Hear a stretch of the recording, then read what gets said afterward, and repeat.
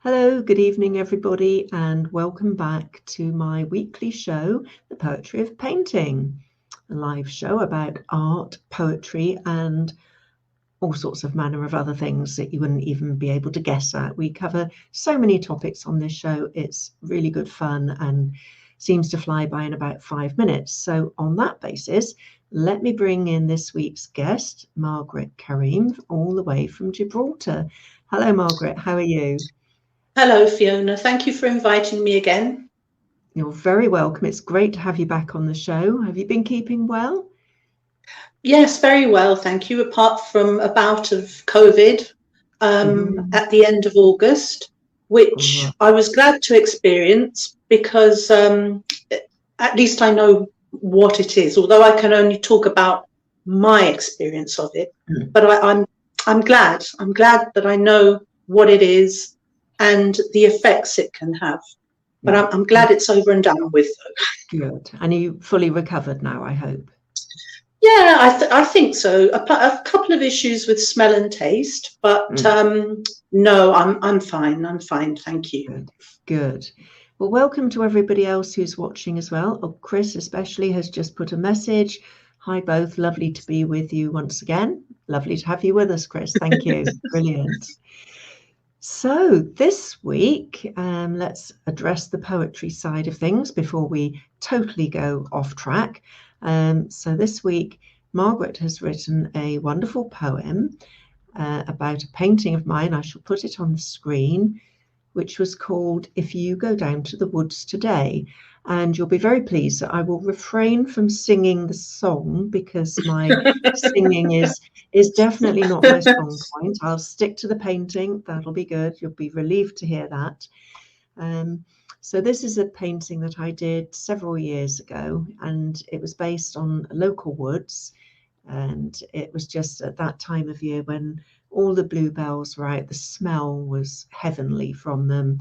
And it was just the sunlight, the smell, the bluebells gently moving in the breeze.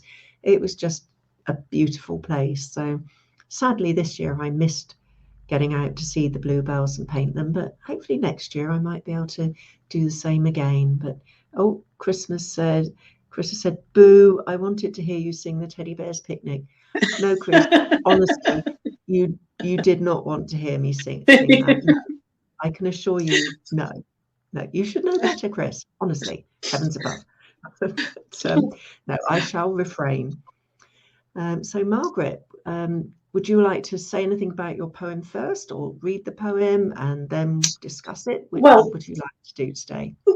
What the first thing is, that song actually was the inspiration. It kept playing in my mind, and sort of something a little bit sinister.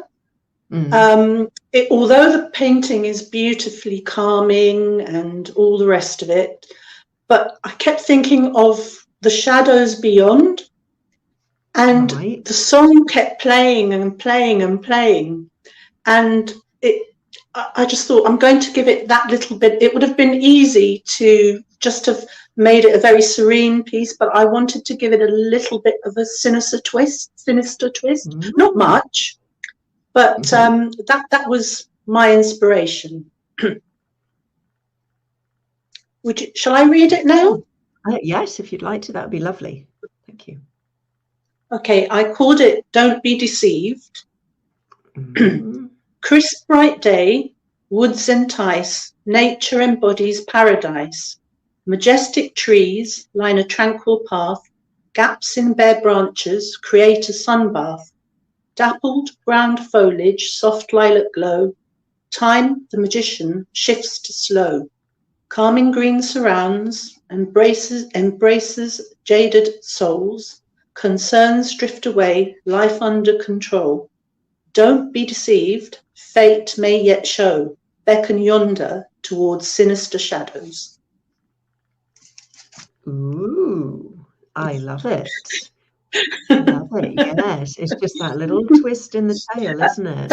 That's what I want. I just like playing with with words and inspiration and all sorts of things. We don't have to be too serious all the time, do we, Fiona? Definitely not. No. Life's far too serious as it is. You know, we like Exactly. fun. We inject some fun into the world, and some, you know, some entertainment, some joy, some tranquility, all these things, rather than seriousness. Exactly. Yeah. I mean, I do, as you know, my poems are always short. And I hope you don't mind that's what I do, because I couldn't write it. I would bore myself if I wrote a long poem. It's just not me. But I hope I do. Style. But I hope I do your what lovely paintings enough justice, because I know some of the people, some of your guests, they do these wonderful, you know, they describe things so thoroughly, and it's just so beautiful. But it's just, I love that, but it's just, I can't do it. It's just not me. But that's the wonderful thing about the show, is that I have so many different poets join me with very different styles, very different ways of approaching the poems, very different ways of writing and thought processes. And I know from seeing your work on Facebook in the poetry groups, it's short, it's to the point, it's succinct, it moves on a pace. It's just beautiful. And you know, that is what you've done here. And I don't think you have to have a long poem to do a painting justice. It's what you've got in those, you know, words, whether it's a lot or a little. You know, it's the content, isn't it? Which was lovely.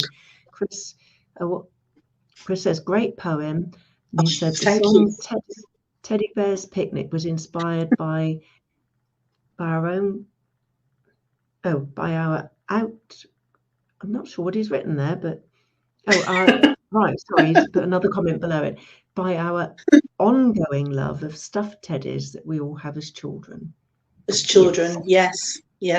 And I have a confession in that point, actually, that I still have one of my teddies from when I was little.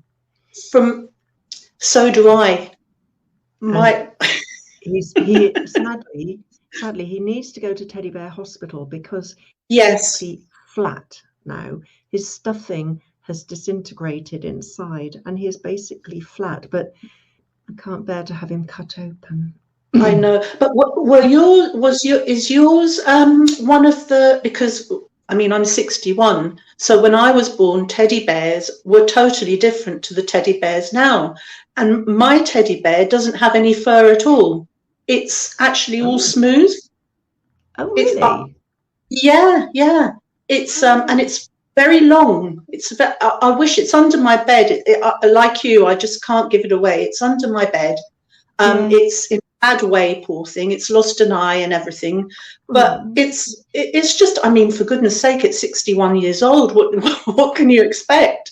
But it's, and I remember I sent it, you know, when children have show and tell at school and they have to take something and talk about it. Well, when my daughter was about 4, because she went to school a little bit earlier because her birthday is in August.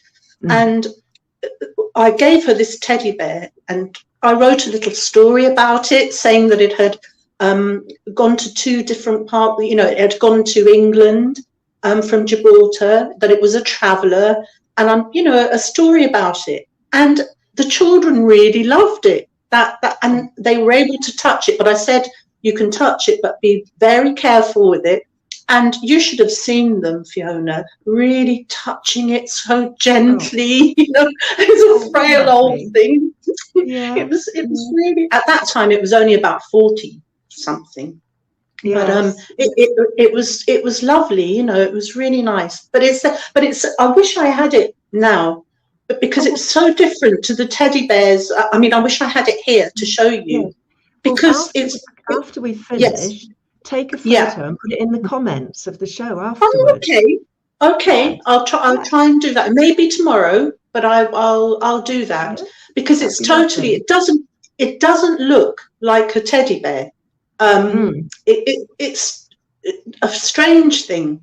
What about, is yours still furry and all the rest of it? He's mostly furry apart from around his nose, which I think just gradually got worn away. Okay. So his nose could do with restating a bit. It was a sewn nose rather than a plaster or anything. Yes. And I think some of that's gone over the years. And other than that, he wasn't like a stiff teddy bear, not that shape. He's a different shape. But in fact, I think he's still at my mother's flat. We still have my father's teddy bear somewhere. Oh. And he is much more that stiff type shape. I don't think he's a stiff bear, but he's that type shape. Yes. He's not got a lot of fur left now. He's a bit threadbare. And when you move him and lie him down, he's still got a little bit of a growl. Oh. Just a little bit. It's more of a sort of now rather than a proper growl. But yeah. That must be a very old bear. Indeed, yes. Because I think he had him when he was a little boy, like a baby. So yes. Isn't that lovely? What a lovely memory. Yes, yeah. So that was lovely. So, well, there we are. Look, we've had a rather lovely conversation about teddy bears tonight as well. Isn't it great? Chris said your poem is so not sinister. I love that little twist at the end, because we have got those dark shadows in the trees at the back of the painting. Yes. What's in there? The light's not really getting into that bit. That's right. What lives in there? I think it might be my warped imagination, Chris. I'm sure it's not warped, Margaret. I don't know what Chris will say to that. We'll wait and see. But yeah. Oh dear. So actually, you were saying about my paintings with trees and that. I actually have a couple of new paintings that are virtually finished. Ooh. And I will be putting them out there soon, people. If you're listening and you'd like to see them before they go on social media, then just subscribe to my newsletter if you're not already on there, my VIP mailing list, and you'll be amongst the first people to see those paintings before they get circulated on social media. So just sign up to my VIP mailing list on my website. I'll put the link in the comments afterwards. And I say, be the first to hear about all sorts of news, new paintings, exhibitions, invites to exhibitions, and so on. So just say that again. So there we go. So what else has been going on apart from COVID, Margaret? Anything of note over there? Any poetry groups or anything? I've in poetry, I went through a stage, I think I may have mentioned last time, where I lost the intense creativity. And I was a little bit worried. And I started receiving sort of poems with one word here, one word there, a line there. And I found I had to put them all together, but I might have got a line 3 weeks ago, and then I got the rest of it, 3 weeks later. And I thought, I was battling this new way of working. And then I thought, well, no, I'm just going to go with it, because maybe this means that it will improve my style, it will improve my work, it will lead me to different things. And so that's what I'm doing now. I'm actually going with this new way of working, because, people say you have your muse. And my Canadian friend and I, we call her she. And we always refer, well, maybe she wants you to change, or maybe she is. And that's what I think. I think whatever this creative thing is, I think I'm ready for a change. And I've been very happy with a few of my recent poems, because they've developed a sharper edge, a little bit of a more sophisticated edge, and I'm quite happy with that. I hope that continues, but again, I don't know, because I just don't know. Before I just used to get a poem. I used to think of something. I'd wake up at night or whatever, and I'd just write my poem straight off. maybe a little bit of editing. But now it's just so different. But I think it's good. I'm beginning to think it's positive, because otherwise I might stay stuck in a rut. Yes. Yes.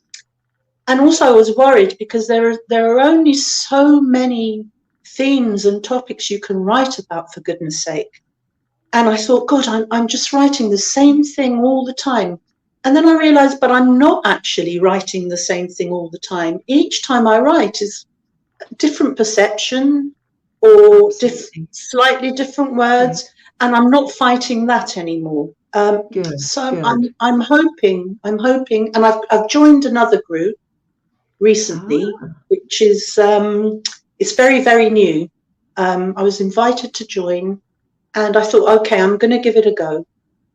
So far, I've only been there a few days. So far, I like the vibe in it. It's different to the other groups. Right. So I shall continue. I shall continue writing there, and they do challenges, which are quite important to me because they maintain my rhythm. But other than that, well, from the I'll just keep going. I'll just keep going and try not to get so frustrated and angry with myself, because it's ridiculous. That stops your creativity if you're all the time thinking, oh, I'm not going to be able to. So what if I can't write for 4 days? Who cares? Absolutely. It's silly. It's just still growing in you. It's not ready to exactly. Yeah, but the poetry that I've seen recently from you in the group has just been absolutely beautiful, really lovely. So thank you. I think it is developing. I think it is changing a little bit and getting better. I think I put on one, that you're just getting better and better, and it's, you don't never fail to, you never disappoint. I think I put. Thank you. And it's lovely. So whatever it is, whatever difference it is, a different way of working, it's not detrimentally affecting your work at all. In fact, I think it could be the opposite, that it's having a really good effect. But that's not to say that you might not go back to your other way of working in due course. No, exactly. It's just going now. I've reached. I mean, I've been writing for over 2 years, and I just think it's natural progression. When I look at the stuff I wrote in the beginning, I mean, my essence is in it, but it was so, it's nothing like I write now, which is great, which I think is absolutely wonderful. But I suppose, is it the same with you, Fiona, with paintings? Is it the same? Absolutely. I look back at paintings that I did years ago, or images of them, and I think, somebody's got that on their wall. But then I think, well, no, they bought it because they loved it. And I really now look at it and think, I have come on so far from that. I have changed so much from what I was doing then. And I do hope that the people that bought paintings of an earlier style still love them and enjoy them, because that hopefully was the only reason to buy them in the first place, and hopefully they are still enjoying them.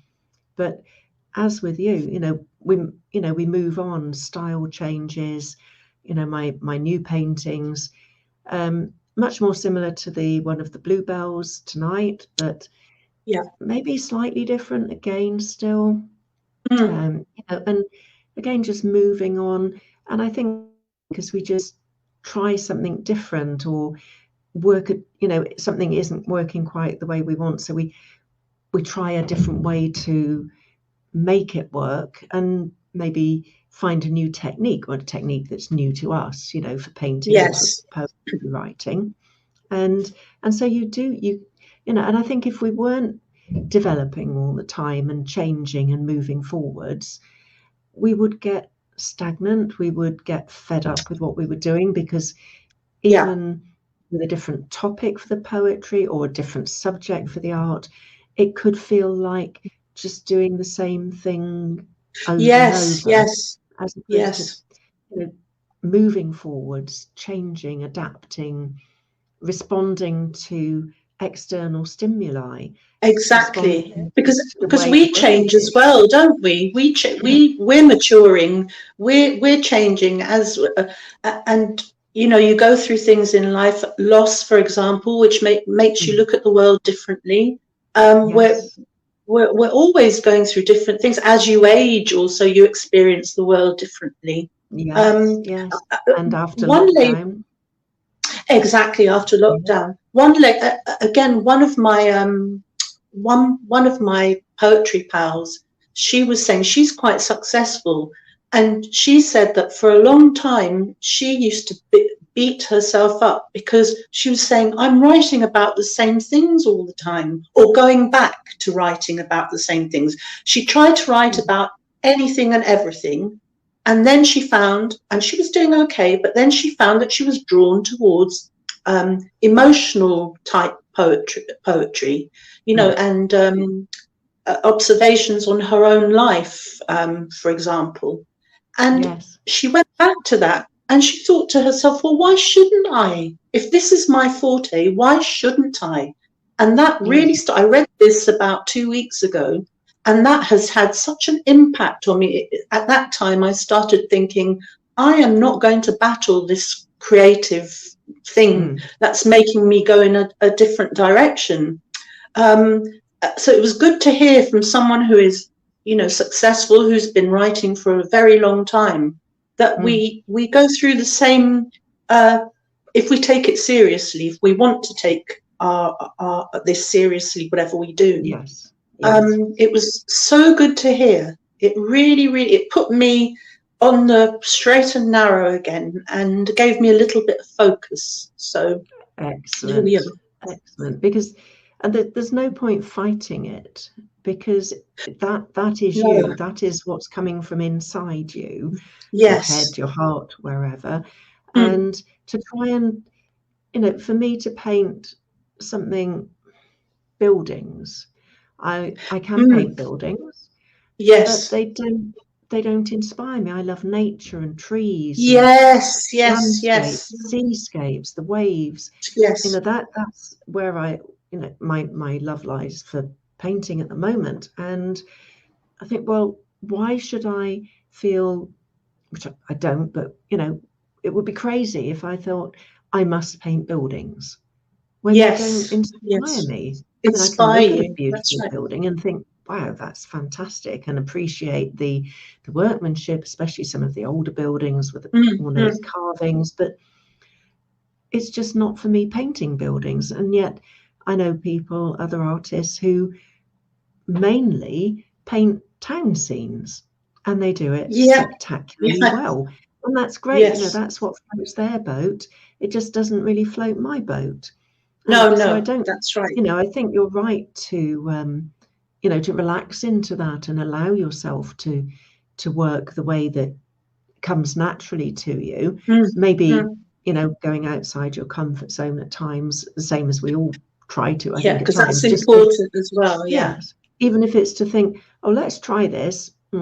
Okay, it didn't really work, but you still learn from that experience to add back into your normal, or you know, or your preferred way of working. That's right. Sammy says, hi ladies, joining late, but we'll watch on replay. Hi Sammy, great to have you on the show. Thank you. You'll love it on replay, Sammy, if you like teddy bears especially. Not saying anymore. Not saying anymore. But there you go. But Fiona, I love your Venetian paint. I think you've done a few, haven't you? Because I did a poem on one of, but I think you've done a few more, haven't you? Or am I imagining it? I haven't done any recently. I may have just been putting them up recently, but but you have done some, haven't you? You haven't just done the one that I did the poem on. And I loved those, although they're not landscapes. Well, they are sort of landscapes in a sense, because it captured something, didn't it? It captured that Venetian world so beautifully, that oldie worldy Gothic sort of ambience. I did that. I think that was possibly my favourite so far of your of your paintings, although I love the landscapes, but I'm drawn to that. I just love that world with the people sitting, having a meal. I mean, my mind just went, oh, I wonder what they're talking about. I wonder what they're thinking. I wonder where they live. You know, it's well, each of us likes different things, don't we? But I love your landscapes, your nature paintings as well. Well, I love all of them, and the dog ones, all of them, every single one. Thank you. I must admit, Venice is the exception because it is such a fantastic place, and although it's all buildings, they've got such textures and colours and just lovely little old doorways and all sorts of things. So,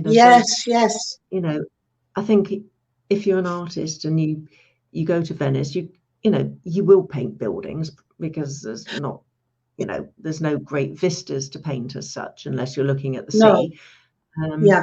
So I did paint buildings there and thoroughly enjoyed it. But the idea of going around London or going round, Bath. There's a guy who mainly paints Bath and London, Pete the Street, and Peter Brown does absolutely fantastic work, super painter. But that's just not for me. Venice, yes, it's so atmospheric and run down in places, which makes it even more interesting. Yes, it is. Yes. Yeah. Oh, Chris says Venice spoilt only now by the cruise ships that dock there. I think they've actually stopped some of them. They've stopped, doing that now, thank goodness, because it was having an impact on the buildings as well. And on the buildings, exactly. And the idea of it not being available for future generations to see is just appalling. So hopefully that's stopping that erosion now from happening anymore. But so if anyone listening doesn't like painting buildings and doesn't want to go to Venice because it's all buildings, forget it, just go. It's fantastic. You'll have a wonderful time and just enjoy it. That's my advice on Venice anyway. It was just wonderful. So apart from that, what's going on in my world? I should be back to Kingston a week on Saturday, weather permitting. So I've missed 2 Kingstons now, one for the Sandown Art Fair, at which Sammy was also exhibiting. Fantastic show, really good vibes, lovely visitors, lovely other artists to meet as well.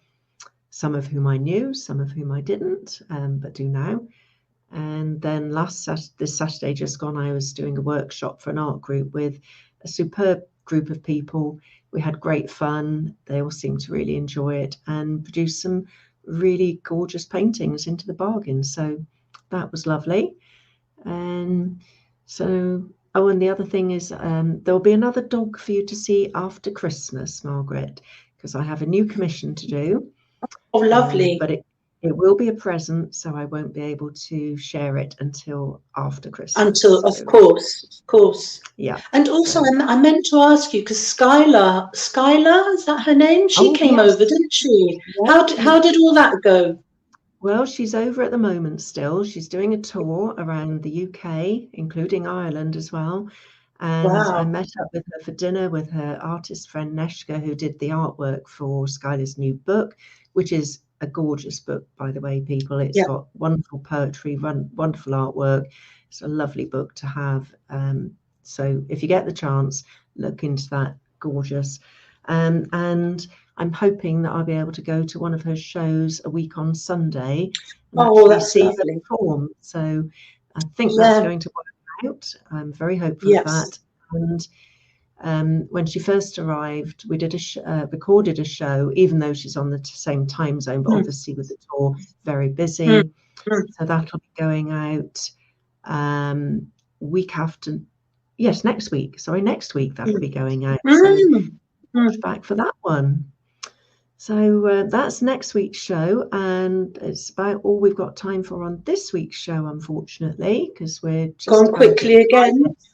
Flown past. So just leaves me to say thank you so much, Margaret, for being on the show. Thank you, Fiona. Thank you.